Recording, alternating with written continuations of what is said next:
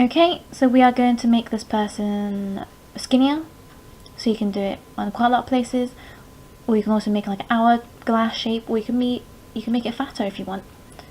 So you just go into filter, liquidfy, you can choose your brush sizes. This is pretty good size, so we can bring in the hips a little bit.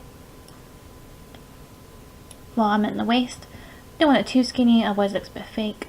Some people don't like their thighs, you can bring in the thighs a bit. A lot of people don't like their arms, so if we make this smaller for the arms, and just bring up the arms a bit. That's too small of a brush. Can't see.